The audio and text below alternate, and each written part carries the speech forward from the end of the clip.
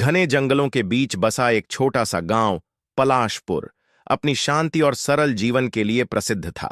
लेकिन यह शांति तब भंग हो गई जब एक विधवा स्त्री गंगा की चीखें रात के अंधेरे में सुनाई दी। अगले दिन गांव के तालाब के पास उसकी लाश पाई गई।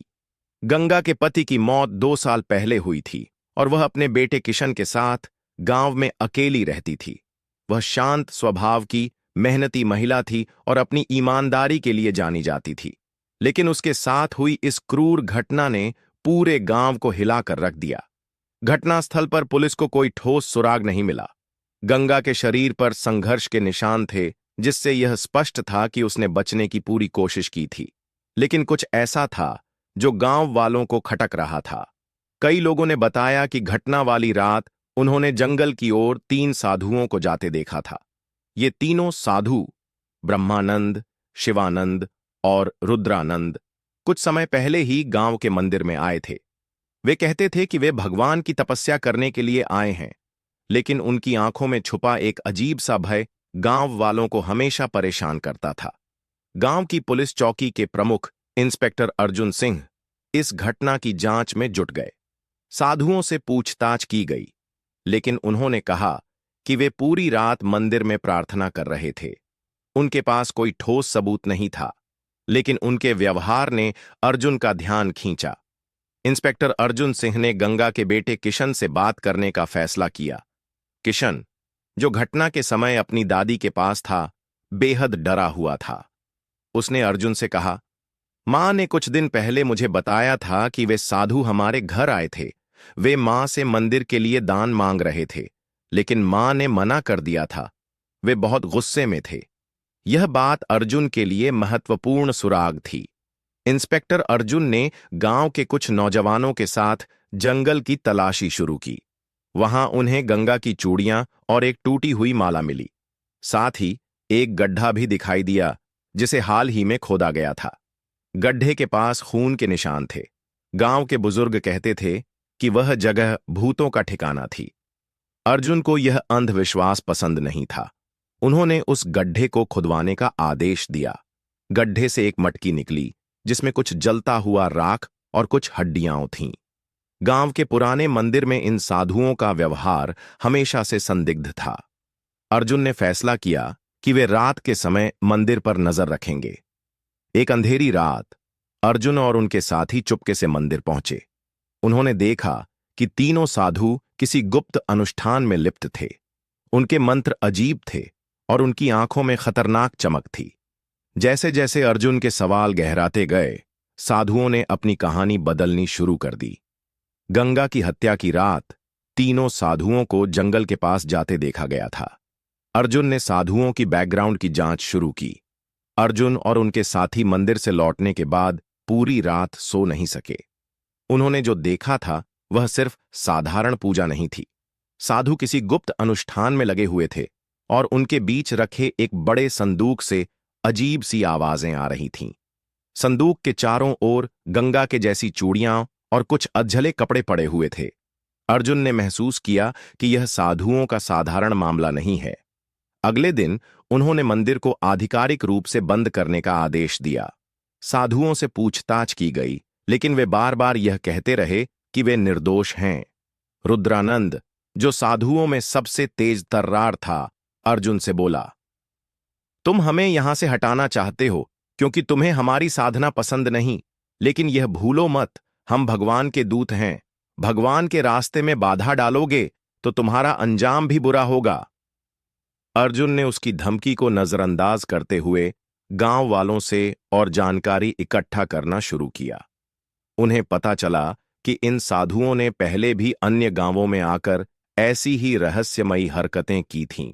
गंगा का बेटा किशन, जो घटना के बाद से बेहद डरा हुआ था, अब अजीब अजीब सपने देखने लगा था। एक रात उसने सपना देखा कि उसकी मां किसी अंधेरी जगह में कैद है और मदद के लिए पुकार रही है। उसने अर्जुन को यह बताया, साहब, मां मुझे बार बार सपने में बुलाती है। वह कहती है कि वे साधु झूठे हैं, उन्होंने कुछ छुपा रखा है। अर्जुन ने इसे एक संयोग मानकर नजरअंदाज करना चाहा, लेकिन किशन के सपनों में हर बार वही संदूक का जिक्र आता था, जो उन्होंने मंदिर में देखा था। अर्जुन ने महसूस किया कि शायद यह एक संकेत है। अर्जुन ने अपने सहयोगियों के साथ यह तय किया कि वे एक बार फिर जंगल में रात भर निगरानी करेंगे। उन्होंने देखा कि साधु रात के अंधेरे में चुपके से मंदिर से बाहर निकले और जंगल की ओर बढ़ गए। अर्जुन और उनकी टीम ने उनका पीछा किया। जंगल के बीच में एक पुरानी टूटी फूटी झोपड़ी थी। साधु वहां जाकर कुछ गड्ढे खोदने लगे। अर्जुन और उनकी टीम ने उन्हें रंगे हाथों पकड़ लिया। गड्ढे में से एक और संदूक निकाला गया। संदूक को खोलने पर अर्जुन और उनकी टीम दंग रह गई। उसमें गंगा की तस्वीर थी और साथ में कई अजीबोगरीब वस्तुएं, जैसे एक खून से सनी साड़ी, कुछ पुराने सिक्के और एक मुड़ा हुआ कागज। कागज पर एक नक्शा बना हुआ था जो जंगल के गहरे हिस्से की ओर इशारा कर रहा था। नक्शे पर एक निशान के पास लिखा था, बलि के स्थान पर विजय प्राप्त होगी। अर्जुन को समझ नहीं आ रहा था कि ये साधु किस तरह की बलि की बात कर रहे थे, लेकिन अब यह स्पष्ट हो चुका था कि गंगा की मौत किसी अंधविश्वास या गुप्त अनुष्ठान से जुड़ी हुई थी। साधुओं से सख्ती से पूछताछ करने पर उन्होंने स्वीकार किया कि वे जंगल में एक रहस्यमय शक्ति को जागृत करने का प्रयास कर रहे थे। रुद्रानंद ने कहा, गंगा ने हमें रोका था। वह पवित्र आत्मा थी, लेकिन उसने हमारे मार्ग में बाधा डालने की कोशिश की। हमें उसे हटाना पड़ा। यह सुनकर अर्जुन का गुस्सा भड़क उठा। उन्होंने साधुओं को गिरफ्तार कर लिया, लेकिन यह कहानी यहीं खत्म नहीं हुई। साधुओं के गिरफ्तार होने के बावजूद गांव में अजीब घटनाएं होने लगीं। रात में लोगों को चीखें सुनाई देतीं और कई बार गंगा की छवि गांव के तालाब के पास दिखाई देती। गांव के लोग अब डरने लगे थे। उन्होंने अर्जुन से कहा कि यह मामला केवल कानून से नहीं सुलझेगा, यह आत्माओं का खेल है। अर्जुन ने इसे अंधविश्वास कहकर खारिज कर दिया, लेकिन जब खुद अर्जुन ने एक रात गंगा की परछाई को देखा तो उनका विश्वास भी डगमगाने लगा। नक्शे पर दिए गए स्थान पर अर्जुन ने अपने कुछ साथियों के साथ पहुंचने का फैसला किया। वहां उन्होंने एक पुराना मंदिर देखा जो पूरी तरह से खंडहर में बदल चुका था। मंदिर के गर्भगृह में एक बड़ा पत्थर रखा हुआ था, जिसके नीचे कुछ दफन था। अर्जुन ने पत्थर हटवाने का आदेश दिया। वहां से एक और संदूक निकला। इस संदूक को खोलने पर उसमें एक इंसान की खोपड़ी और गंगा के खून से लिखा हुआ एक पत्र निकला। पत्र में लिखा था, यह केवल शुरुआत है, बलि पूरी नहीं हुई है। जो भी इसे रोकेगा उसे अंजाम भुगतना होगा। गंगा की आत्मा के साथ न्याय करने और इन साधुओं के काले जादू का अंत करने के लिए अर्जुन ने गांव के लोगों के साथ मिलकर मंदिर को नष्ट कर दिया। साधुओं को कड़ी सजा दी गई। गांव में गंगा की परछाई आखिरी बार दिखाई दी, लेकिन इस बार वह शांत और मुस्कुराती हुई नजर आई, जैसे कि वह अर्जुन और गांव वालों को धन्यवाद कह रही हो। गांव में गंगा की परछाई को आखिरी बार देखने के बाद अर्जुन को एक अजीब सपना आया। उसने सपने में देखा कि गंगा उसे जंगल के उसी मंदिर की ओर इशारा कर रही है जहां संदूक मिला था। गंगा के चेहरे पर एक अनकहा दर्द था, लेकिन उसकी आंखें जैसे अर्जुन से कुछ कहने की कोशिश कर रही थीं। अर्जुन नींद से हड़बड़ाकर उठा। सुबह होते ही उसने अपने साथी इंस्पेक्टर दीपक को बुलाया और कहा, मुझे यकीन है कि कुछ और है जो छिपा हुआ है। ये साधु केवल हत्यारे नहीं हैं, ये किसी बड़ी योजना का हिस्सा है। हमें गहराई तक जाकर यह समझना होगा कि गंगा की हत्या क्यों की गई। साधुओं की पहचान की गहराई से जांच करने पर अर्जुन को पता चला कि ये तीनों साधु पहले अलग अलग गांवों में रह चुके थे। हर गांव में उनके आने के बाद महिलाओं के गायब होने की घटनाएं दर्ज हुई थीं, लेकिन किसी ने उन पर शक नहीं किया, क्योंकि वे धार्मिक व्यक्ति होने का नाटक करते थे। एक पुराने पुलिस रिकॉर्ड से पता चला कि ये साधु वास्तव में काले जादू और तांत्रिक विद्या में पारंगत थे। वे महाबलि नामक एक प्राचीन अनुष्ठान को पूरा करने की कोशिश कर रहे थे। इस अनुष्ठान के लिए उन्हें 7 पवित्र आत्माओं की बलि देनी थी। गंगा उनकी छठी बलि थी। अर्जुन को अब एहसास हुआ कि गंगा ने न केवल अपने बेटे किशन के लिए, बल्कि पूरे गांव को बचाने के लिए संघर्ष किया था। उसने साधुओं के इरादों को भांप लिया था, इसलिए उसने उनका विरोध किया, लेकिन साधुओं ने उसे अनुष्ठान में बाधा मानकर मार डाला। लेकिन सवाल यह था कि सातवीं और आखिरी बलि कौन होगी। अर्जुन ने अनुमान लगाया कि किशन ही अगला लक्ष्य हो सकता है, क्योंकि गंगा की आत्मा लगातार अपने बेटे की ओर इशारा कर रही थी। अर्जुन ने किशन को सुरक्षा में रखने का आदेश दिया। उसने गांव वालों को इकट्ठा किया और उन्हें साधुओं के इरादों के बारे में बताया। गांव वाले गुस्से और डर से भर गए। रुद्रानंद, जो अब भी पुलिस की गिरफ्त में था, ने अर्जुन को धमकी दी, तुम चाहो जितनी कोशिश कर लो, सातवीं बलि तो होगी, इसे कोई नहीं रोक सकता, यह विधि प्रकृति का नियम है। अर्जुन ने जवाब दिया, मैं तुम्हारे जैसे पाखंडियों को यह दिखा दूंगा कि कानून और इंसानियत में कितनी ताकत है। रुद्रानंद की बात सच साबित होती नजर आई। जिस दिन अनुष्ठान पूरा होने वाला था, गांव में अचानक अजीब घटनाएं होने लगीं। तालाब का पानी लाल हो गया, पशु असामान्य व्यवहार करने लगे और लोगों को अजीब आवाजें सुनाई देने लगीं। रात के समय अर्जुन और उसकी टीम ने मंदिर के पास पहरा दिया, लेकिन उसी रात किशन अचानक गायब हो गया। अर्जुन को शक हुआ कि साधुओं के कुछ और साथी गांव में छुपे हुए हैं। किशन को ढूंढने के लिए अर्जुन और उसकी टीम ने पूरे जंगल की तलाशी ली। एक गुफा के भीतर उन्होंने वह स्थान पाया जहां अंतिम अनुष्ठान होना था। गुफा के केंद्र में एक बड़ा अग्निकुंड जल रहा था और किशन बेहोश पड़ा था। साधु, जो अब अपनी असली ताकत और काले जादू का सहारा ले रहे थे, अर्जुन के सामने खड़े हो गए। उन्होंने अर्जुन को चेतावनी दी, यदि तुमने हमें रोका तो इस गांव का हर व्यक्ति खत्म हो जाएगा। लेकिन अर्जुन ने हार मानने से इनकार कर दिया। उसने अपनी टीम के साथ मिलकर लड़ाई शुरू कर दी। साधु मंत्र पढ़ने लगे और गुफा के अंदर का वातावरण डरावना हो गया। आग की लपटें अचानक बढ़ने लगीं और वहां एक रहस्यमयी शक्ति का अनुभव होने लगा। जब अर्जुन और उसकी टीम साधुओं से लड़ रही थी, तभी गंगा की आत्मा प्रकट हुई। उसने साधुओं के चारों ओर एक अदृश्य घेरा बना दिया। गंगा की आत्मा ने अर्जुन को इशारा किया कि अग्निकुंड में रखा बलि का पवित्र चिन्ह नष्ट कर दिया जाए। अर्जुन ने अपनी जान की परवाह किए बिना अग्निकुंड में कूदकर उस चिन्ह को उठाया और उसे तोड़ दिया। जैसे ही चिन्ह टूटा, साधु जोर से चीखने लगे।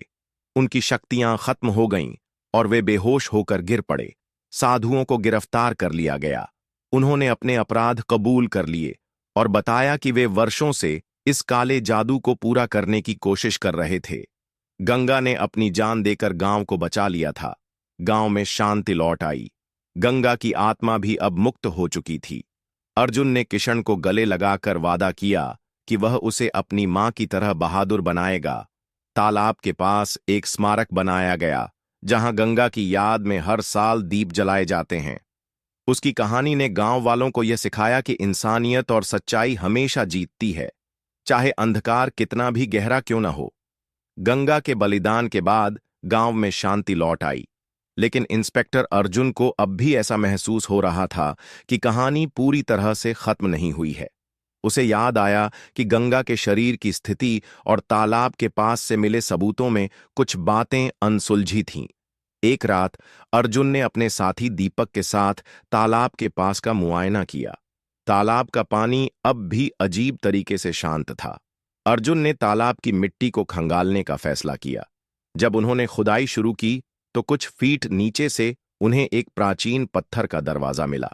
दरवाजे के चारों ओर अजीब चिन्ह खुदे हुए थे, जिन्हें देखकर अर्जुन को समझ में आया कि यह कोई साधारण दरवाजा नहीं है। वहां गंगा की चूड़ियों के जैसे निशान भी पाए गए। अर्जुन ने अनुमान लगाया कि यह दरवाजा उस सातवीं बलि की असली जगह हो सकती है, जहां साधु अनुष्ठान को पूरा करना चाहते थे। अर्जुन ने दरवाजा खोलने के लिए गांव के कुछ मजबूत लोगों की मदद ली। जैसे ही दरवाजा खुला, नीचे एक गुप्त तहखाना दिखाई दिया। तहखाने के अंदर कई चिराग जले हुए थे और ऐसा लग रहा था जैसे वह जगह अभी भी इस्तेमाल की जा रही हो। अर्जुन और उसकी टीम ने तहखाने में कदम रखा। वहां की दीवारों पर खून से लिखे गए मंत्र थे। वहां के वातावरण में एक अजीब सी सिहरन थी। अचानक अर्जुन को गंगा की आवाज सुनाई दी। आवाज साफ और सटीक थी, यहां अभी भी बचे हुए हैं, सावधान रहो। तहखाने के केंद्र में एक बड़ा पत्थर रखा था, जिसके चारों ओर लाल धागे लिपटे हुए थे। पत्थर के पास एक किताब पड़ी थी। अर्जुन ने किताब उठाई और उसमें लिखे शब्दों को पढ़ने की कोशिश की। यह काली विद्या के बारे में एक प्राचीन ग्रंथ था। ग्रंथ में लिखा था कि जो भी इस पत्थर को तोड़ेगा उसे अनंत शक्ति मिलेगी, लेकिन यदि वह यह शक्ति प्राप्त करने में असफल रहा तो उसकी आत्मा हमेशा के लिए इस पत्थर में कैद हो जाएगी। अर्जुन को समझ में आया कि साधुओं का असली मकसद यह पत्थर था। वे गंगा को बलि देकर पत्थर की शक्ति को जागृत करना चाहते थे, लेकिन गंगा ने अपना बलिदान देकर इस योजना को अधूरा छोड़ दिया था। जैसे ही अर्जुन तहखाने से बाहर आया, उसने देखा कि गांव में फिर से अजीब घटनाएं होने लगी थीं। कई लोगों ने बताया कि उन्होंने रात में सफेद कपड़ों में एक स्त्री को चलते हुए देखा। कुछ ने यह भी कहा कि तालाब से हर रात किसी के रोने की आवाज आती है। इसी बीच अर्जुन को खबर मिली कि रुद्रानंद और उसके साथी साधुओं को जेल से भागने में मदद मिली है। यह स्पष्ट था कि उनके कुछ अनुयायी अब भी सक्रिय थे। गांव में फैले डर को देखते हुए अर्जुन ने गांव वालों को सचेत किया, लेकिन साधुओं के अनुयायियों ने रात को गांव पर हमला कर दिया। उन्होंने किशन को फिर से अगवा कर लिया। अर्जुन ने यह तय कर लिया कि वह इस बार अपनी जान पर खेलकर इस खेल को खत्म करेगा। अर्जुन ने अपने साथी दीपक और गांव के कुछ बहादुर लोगों के साथ साधुओं का पीछा किया। वे सभी तालाब के नीचे बने गुप्त तहखाने में पहुंचे, जहां साधुओं ने अनुष्ठान शुरू कर दिया था। किशन बेहोश था और अनुष्ठान का केंद्र था। रुद्रानंद ने अर्जुन को देखते ही कहा, तुम हमें कितनी भी बार रोकने की कोशिश करो, लेकिन यह अनुष्ठान पूरा होकर रहेगा। यह पत्थर इस पूरे संसार की शक्ति का केंद्र है। इसे केवल देवताओं का वंशज ही रोक सकता है। जैसे ही साधु अनुष्ठान पूरा करने वाले थे, गंगा की आत्मा फिर से प्रकट हुई। इस बार वह और अधिक शक्तिशाली लग रही थी।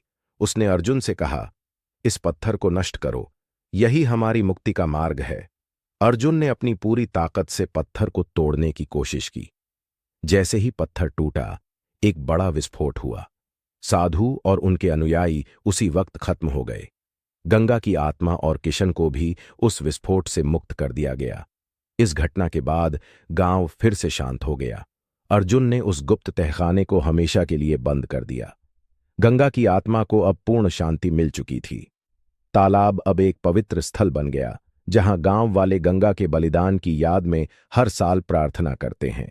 घटना के कुछ महीने बीत चुके थे। गांव में सब कुछ सामान्य लग रहा था, लेकिन अर्जुन के मन में अब भी एक बेचैनी बनी हुई थी। उसे ऐसा लग रहा था कि तहखाने में मिली काली विद्या की किताब और पत्थर के पीछे कोई गहरा रहस्य छिपा हुआ था, जिसे पूरी तरह से समझा नहीं गया। एक रात अर्जुन ने फिर से वही सपना देखा। इस बार गंगा की आत्मा नहीं, बल्कि एक बुजुर्ग साधु उसे चेतावनी दे रहा था। वह कह रहा था, जो खत्म हुआ वह केवल एक शुरुआत है। काले पत्थरों का यह खेल अभी जारी है। यदि सही समय पर इसे नहीं रोका गया तो केवल यह गांव नहीं, बल्कि पूरी दुनिया खतरे में पड़ जाएगी। अर्जुन इस चेतावनी को नजरअंदाज नहीं कर सकता था। उसने तुरंत तहखाने के रिकॉर्ड खंगालने शुरू किए।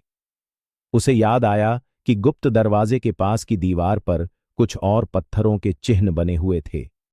अर्जुन ने काली विद्या की किताब को गहराई से पढ़ना शुरू किया। उसमें कई संकेत थे, जिनमें 5 पत्थरों का जिक्र था। इन पत्थरों को पंचशक्ति पत्थर कहा गया था। कहा जाता है कि ये पत्थर प्राचीन समय में अलग अलग स्थानों पर छिपा दिए गए थे, ताकि कोई उनकी पूरी शक्ति का उपयोग न कर सके। लेकिन किताब में यह भी लिखा था कि यदि कोई इन 5 पत्थरों को इकट्ठा कर ले तो उसे अनंत शक्ति मिल सकती है। यह वही शक्ति थी जिसे साधु हासिल करने की कोशिश कर रहे थे। अर्जुन ने तहखाने के उस हिस्से की जांच की जहां गुप्त दरवाजा मिला था। वहां उसे एक और संकेत मिला। दीवार पर खुदे हुए शिलालेख में विंध्य पर्वत का उल्लेख था। अर्जुन ने तुरंत विंध्य क्षेत्र के बारे में जानकारी इकट्ठा की। उसे पता चला कि वहां एक पुराना मंदिर है, जिसे लोग शापित मंदिर कहते हैं। गांव वाले उस मंदिर में जाने से डरते थे, क्योंकि वहां से लौटने वाले लोग या तो गायब हो जाते थे या पागल हो जाते थे। अर्जुन ने दीपक और कुछ विश्वसनीय साथियों के साथ विंध्य पर्वत की यात्रा की। जैसे ही वे शापित मंदिर पहुंचे, वहां का वातावरण अजीब और भयावह था। मंदिर के चारों ओर घने जंगल थे और हवा में अजीब सी ठंडक थी। मंदिर के अंदर उन्होंने एक बड़ा कक्ष पाया। उस कक्ष के केंद्र में एक और पत्थर रखा था, जो ठीक उसी पत्थर जैसा दिखता था जिसे उन्होंने गांव के तहखाने में तोड़ा था। जैसे ही अर्जुन ने पत्थर को छूने की कोशिश की, कक्ष के चारों ओर अजीब घटनाएं होने लगीं। दीवारों से खून जैसा कुछ टपकने लगा और हवा में भूतियां आवाजें गूंजने लगीं। दीपक घबराकर चिल्लाया, सर, हमें यहां से तुरंत निकल जाना चाहिए। यह जगह सुरक्षित नहीं है। लेकिन अर्जुन ने पत्थर को उठाने का फैसला किया। जैसे ही उसने पत्थर उठाया, एक रहस्यमयी ताकत ने उसे बेहोश कर दिया। अर्जुन ने देखा कि वह किसी अजीब दुनिया में पहुंच गया था। वहां उसे 5 पत्थरों की परछाई दिखाई दी और हर पत्थर के साथ खून से सनी हुई आत्माएं जुड़ी हुई थीं।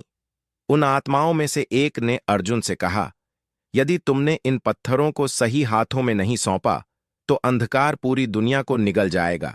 केवल सच्चे योद्धा ही इन पत्थरों का भार उठा सकते हैं। अर्जुन जब होश में आया, तो उसने देखा कि दीपक और उसकी टीम उसे बाहर खींच रही थी। पत्थर अब अर्जुन के हाथ में था, लेकिन पत्थर को छूने के साथ ही अर्जुन को अजीब सी दृष्टियां आने लगीं। उसे लगा जैसे साधु अब भी उसे देख रहे हैं। उसे यह भी एहसास हुआ कि रुद्रानंद और उसके साथी 5 पत्थरों को इकट्ठा करने की योजना बना रहे हैं। अर्जुन ने महसूस किया कि अब वह अकेला नहीं लड़ सकता। उसने एक विशेषज्ञ टीम बनाई, जिसमें पुरातत्व विशेषज्ञ, तांत्रिक विद्या के जानकार और पुलिस के जांबाज शामिल थे। उनकी अगली योजना थी उन शेष 3 पत्थरों की खोज करना और उन्हें रुद्रानंद से पहले नष्ट करना।